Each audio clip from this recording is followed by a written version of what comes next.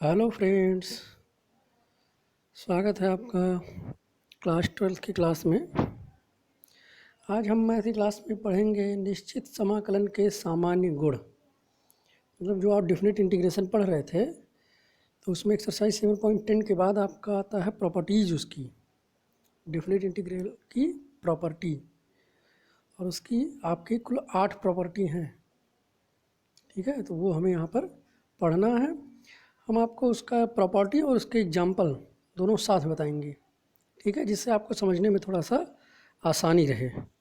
ठीक है, तो चलिए हम अपनी शुरू करते हैं। पहली प्रॉपर्टी है, सबसे पहले देख लीजिए, निश्चित समाकलन के सामान्य गुण, general property of definite integrals. ये हमारा आज का टॉपिक है। इसमें हमारा पहला है पी नॉट, पढ़ते हैं इसको। ठीक, P0 पढ़िए आप, या पी नॉट वैसे बेस्ट होता है।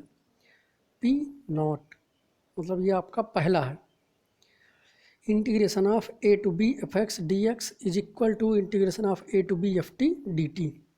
ठीक है, ये पहला आपका है, वो है पी नॉट जिसे बोलोगे। जैसे क्वेश्चन में जब ज़रूरत पड़ेगी हमें, तो हम क्या करेंगे, जैसे जब समीकरण माने होते हैं क्वेश्चन में, तो कहते नहीं है समीकरण 1 से, समीकरण 2 से, इस तरीके से। ऐसे ही जब हम डेफिनेट इंटीग्रल का कोई क्वेश्चन सॉल्व करेंगे, तो वहाँ पर जब हमें इस तरीके से कोई मिल जाएगा प्रॉपर्टी, तो हम कह, जैसे जो भी मिलेगा, तो जैसे पी नॉट से मान लीजिए मिल गया, तो हम कह देंगे पी नॉट से। अब अगर हमें नंबरिंग नहीं याद है इनकी, तब फिर हमें पूरी प्रॉपर्टी लिखनी पड़ेगी। ठीक, तो हम अपना पहला देखते हैं कैसे इसको किया जाएगा। ये सबसे पहले तो आपको ये जो ग्रीन ब्रैकेट में हमने किया है, ये याद रखना है, परमानेंट। अगर याद रहेगा तभी आप कर पाएंगे, याद नहीं रहेगा तो फिर नहीं कर पाओगे।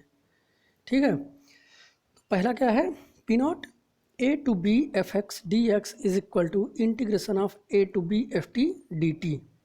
ठीक, ये क्या है, यही प्रॉपर्टी है। मतलब अगर कहीं पर भी, जैसे ये देखिए, ये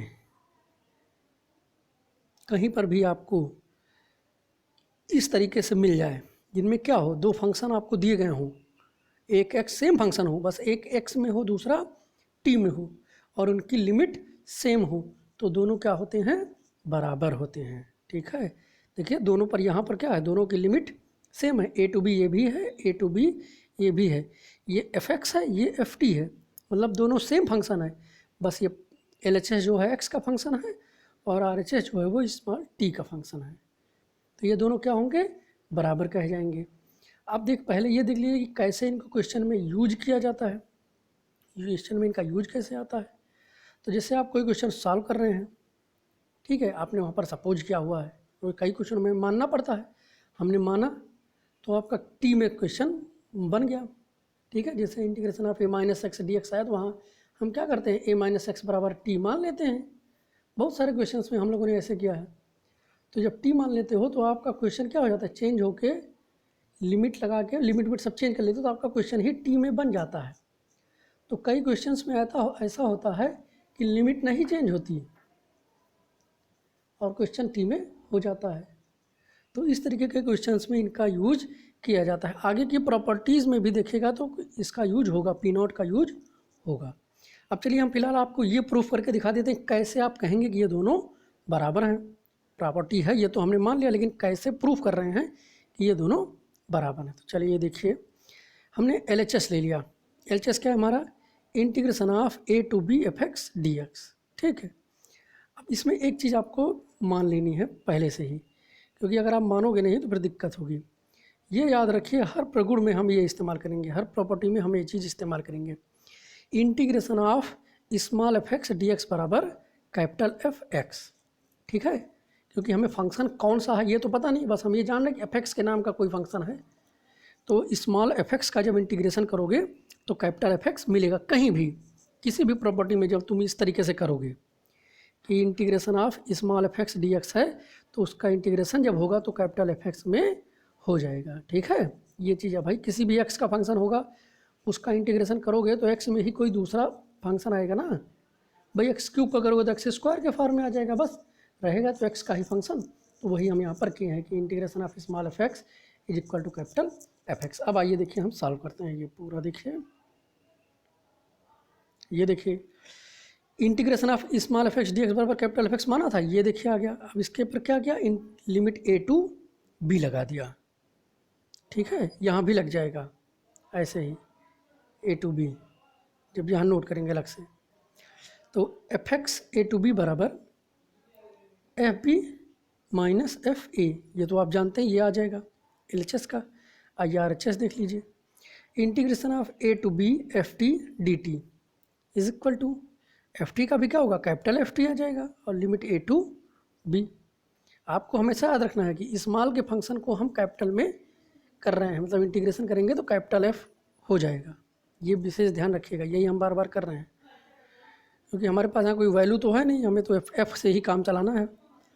अब देखिए यहाँ पर upper limit minus lower limit, तो F B minus F A, तो क्या देख रहे हो, देखिए ये देखिए एल एच एस और ये देखिए आर एच एस, दोनों क्या हैं, बराबर हैं कि नहीं है, बराबर हैं। तो क्या हो गया, L H S is equal to R H S, इसका मतलब ये दोनों बराबर हैं। अब इसको फिर से एक बार समझ लीजिए, बहुत इंपॉर्टेंट है। क्या है, पी नॉट, हमारा प्रॉपर्टी पी नॉट है A to B F x D x बराबर A to B F T D T. मतलब अगर कहीं पर हमें integration of A to B F x D X मिला हुआ है तो हम उसे integration of A to B F T D T लिख सकते हैं, या एफ टी डी टी मिला है तो एफ एक्स डी एक्स लिख सकते हैं। मतलब इन दोनों को एक दूसरे में चेंज कर सकते हैं, चाहे इसको इसमें बदल दीजिए चाहे इसको इसमें, ठीक है। ये था हमारा पहला प्रगुण। अब इसके ऊपर आप एग्जाम्पल देख लीजिए, ये देखिए, जैसे हमने कोई क्वेश्चन ले लिया कि integration of 1 to 2 x square is equal to integration of 1 to 2 t square d t, ठीक है। अब हम देखें यहाँ पर दोनों पक्षों को एक साथ सॉल्व कर देते हैं, इससे और समझ में आ जाएगा आपको। अब आप एल एच एस और आर एच एस हम एक साथ सॉल्व कर दें, अलग अलग भी कर सकते हैं, साथों साथ कर सकते हैं, तो यहाँ पर हम आपको एक साथ करके दिखा रहे हैं। क्या हो जाएगा, एक्स स्क्वायर का integration x cube upon 3 1 to 2, और टी स्क्वायर का इंटीग्रेशन क्या हो जाएगा, देखिए टी क्यूब अपॉन 3 1 to 2। अब लगा दीजिए तो 1/3 कांस्टेंट है, बाहर आ जाएगा। और एक्स क्यूब का जब लिमिट रखोगे तो upper limit minus lower limit is equal to 1/3, इसमें से भी आ जाएगा बाहर, ये देखिए upper limit minus lower limit, तो 1/3 टू की पावर 3 क्या होता है 8 माइनस 1 7 हो जाएगा। इसी तरीके से आर एच एस में भी 1/3 टू की पावर 3 माइनस 1 क्यूब क्या हो जाएगा 7, तो 7/3 आपका आ गया। तो क्या हो गया, L H S is equal to R H S. देखिए एग्जाम्पल से क्लियर हो गया हमारा, हाँ ऐसा होता है। अगर हमारे पास मान लीजिए किसी भी क्वेश्चन में इस तरीके से आ जाए, हमने कोई क्वेश्चन को मान के लगाया था और हमारा सवाल इस तरीके से बना कि 1 to 2 t square d T last में आ गया, लेकिन हमें आंसर किस में चाहिए, एक्स के फॉर्म में चाहिए। तो हम क्या करेंगे, देख रहे हैं कि दोनों की लिमिट सेम है, वह फंक्शन का डिफरेंस है, जहाँ एक्स था वहाँ टी है, तो हम इसको इस तरीके से लिख सकते हैं। प्रगुण किससे, प्रॉपर्टी किससे, पी नॉट से, ठीक है। तो ये नोट भी करते चलिएगा लाइन वाइज, ठीक। चलिए अब हम देखते हैं कितनी अगली प्रॉपर्टी P1, ठीक है।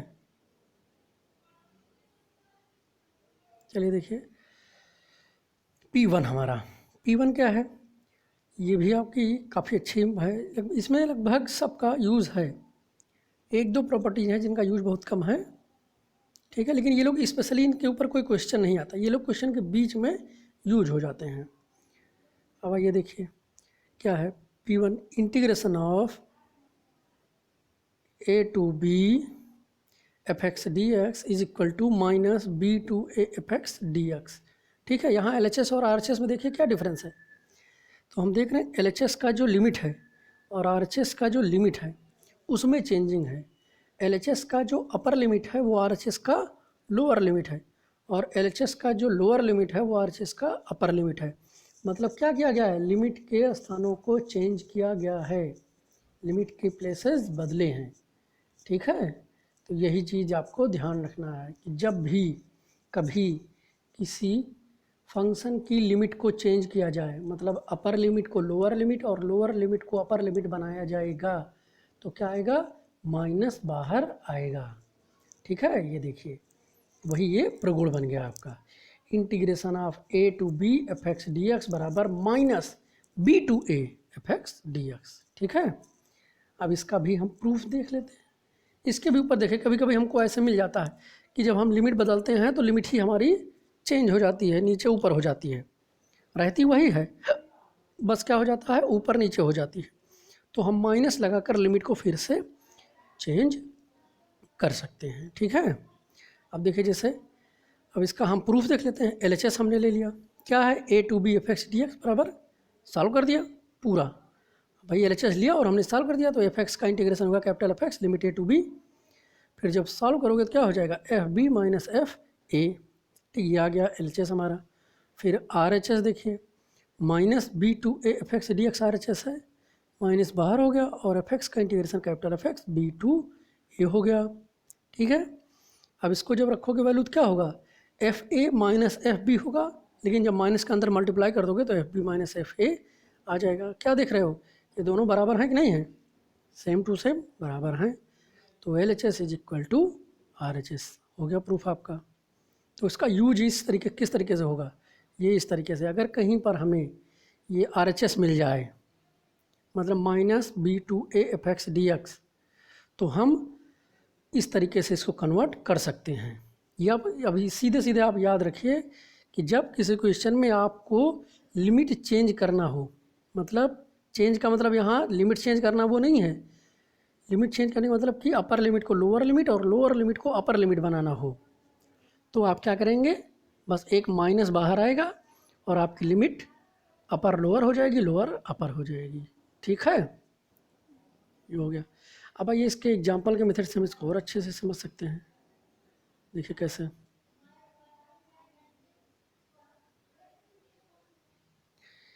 एक्सरसाइज एग्जाम्पल 2 देखिए, देखिए क्या है, integration of pi by two to pi sine x cos x, sine x D x. ठीक है, और is equal to minus pi to pi by two sine x D x, दोनों पक्षों को एक साथ सॉल्व कर दीजिए। तो साइन एक्स का इंटीग्रेशन क्या होता है, minus cos X pi by two to pi, फिर माइनस साइन एक्स का integration minus cos X pi to pi by two, तो क्या हो जाएगा, माइनस कॉमन बाहर हो जाएगा, cos pi minus cos pi by two, upper limit minus lower limit, is equal to, यहाँ का माइनस बाहर आएगा तो प्लस हो जाएगा, cos pi by two minus cos X. अब ये देखिए, कॉस पाई की वैल्यू -1 होती है, कॉस पाई बाई टू की वैल्यू 0 होती है, देखिए हमने यहाँ पर रख दिया। इसी तरीके से यहाँ भी उसकी वैल्यू रख दी, क्या आ गया, 1 इज इक्वल टू 1, तो LHS is equal to RHS हो गया हमारा। तो ये हो गया हमारे पहला प्रगुण, ये भी प्रूफ हो गया। ठीक है, यूज आप लोग जानते हैं कैसे इनको यूज करना है, कि जब भी कहीं आपको A to B F x D X मिला हो और आपको ज़रूरत हो उसकी लिमिट को चेंज करने की, ठीक है, तो आप उसको क्या करते हैं, माइनस बाहर आएगा, अपर लिमिट लोअर हो लिमिट हो जाएगी और लोअर लिमिट अपर लिमिट हो जाएगी। ठीक है, अभी बीच में क्वेश्चंस में यूज होगा, आपको और भी क्लियर हो जाएगा। अब आइए हम लोग अपनी अगले प्रॉपर्टी पर चलते हैं, प्रॉपर्टी 2। ये थोड़ी सी बड़ी प्रॉपर्टी भी है और इम्पोर्टेंट भी है, इम्पोर्टेंट वैसे सब हैं। अब देखिए इसमें क्या है आपकी प्रॉपर्टी 2। ठीक है, वैसे तो नंबरिंग इसका 3 है, लेकिन ये P2 बोला जाएगा, क्योंकि प्रॉपर्टीज़ में जो नंबरिंग स्टार्ट हुई है वो P0 से हुई है। ठीक है, तो ये हमारा P2। ठीक, integration of A to B F x D x is equal to, क्या होगा, integration of A to C F x D x plus integration of c to B F x D x, where c is greater than A less than b, और ये sign उल्टा लग गया है, ये sign होगा, C is greater than A less than B, मतलब यहाँ जो सी है वो क्या होगा, ए से बड़ा होगा और बी से छोटा होगा। मतलब ये जो लिमिट आपको LHS में दी गई है ए टू बी, सी इन्हीं के बीच में कोई नंबर होगा। ठीक है, ए और बी के बीच में कोई नंबर सी होगा। अब आप अल्फ़ाबेटिकल मत देखिएगा कि ये तो सी जो है ए बी के बाद आता है, हमें इससे क्या मतलब, उसी के बाद आए चाहे जैसे आए, यहाँ जो सी है वो क्या है, ए बी के बीच में। देखिए वही चीज़ यहाँ पर हमने यहाँ पर ये लिखा भी है, देखिए C is greater than A less than B. ठीक, याद रखिएगा कि प्रॉपर्टी 2 में जो सी है वो ए और बी के बीच में रहेगा। जैसे कोई नंबर मान लीजिए आपको लिमिट या क्वेश्चन हो कि integration of 1 to 5 fx dx, तो यहाँ सी क्या हो जाएगा, 1 और 5 के बीच में, चाहे 2 ले लो, चाहे 3 ले लो, चाहे 4 ले लो। ठीक है, ये है इसका मतलब। अब आइए इसका प्रूफ देख लेते हैं। माना integration of F x D x बराबर कैपिटल एफ एक्स। ये फिर से हम एक बार मान लेते हैं, ध्यान रहे आपको कि स्मॉल एफ एक्स का इंटीग्रेशन करेंगे तो कैपिटल एफ एक्स प्राप्त होगा। अब एल एच एस हमने ले लिया। Integration of A to B F x D x बराबर क्या हो जाएगा, capital F x A to b, limit लगा दी, ये हो जाएगा F B minus F A. ये एल एच एस हो गया हमारा सॉल्व। आर एच एस देखिए इसका, आर एच एस क्या है आपका, A to C F x D x plus C to B F x D X. सी फिर से सुन लीजिए, सी क्या है, ए और बी के बीच का ही कोई नंबर है। अब एफ एक्स का इंटीग्रेशन क्या हो जाएगा, f x A to c plus f x c to b, इसका दोनों का हो गया। अब लिमिट लगाओगे तो क्या हो जाएगा, f c minus F a हो जाएगा इसका, और f B minus f c हो जाएगा इसका। ठीक, अब इसको सॉल्व कर दीजिए तो क्या देखोगे, एफ सी और एफ सी, देखिए ये एफ सी और ये एफ सी कट जा रहा है ना भाई, ये प्लस का ये माइनस का है तो कट जाएगा। क्या बचा, f B minus F a, L H S is equal to R H S. ठीक, दोनों पक्ष क्या हो गए, बराबर हो गए। इसका मतलब जो प्रॉपर्टी हमें दी गई है वो सही है। अब इसको यूज करने का तरीका आपको कैसे करना है, जैसे आपको कभी कभी दे देते हैं डायरेक्टली प्रूफ करने को दे दिए, तब तो हम सॉल्व कर लेंगे। अगर कभी कभी दे देते हैं -1 to 1 करके, तो उसको भी हम इस तरीके से सॉल्व कर लेंगे, -1 to 0 और 0 to 1 के फॉर्म में, इस तरीके से कर लेंगे। ठीक है, तो इसका कोई एग्जाम्पल देख लिया जाए।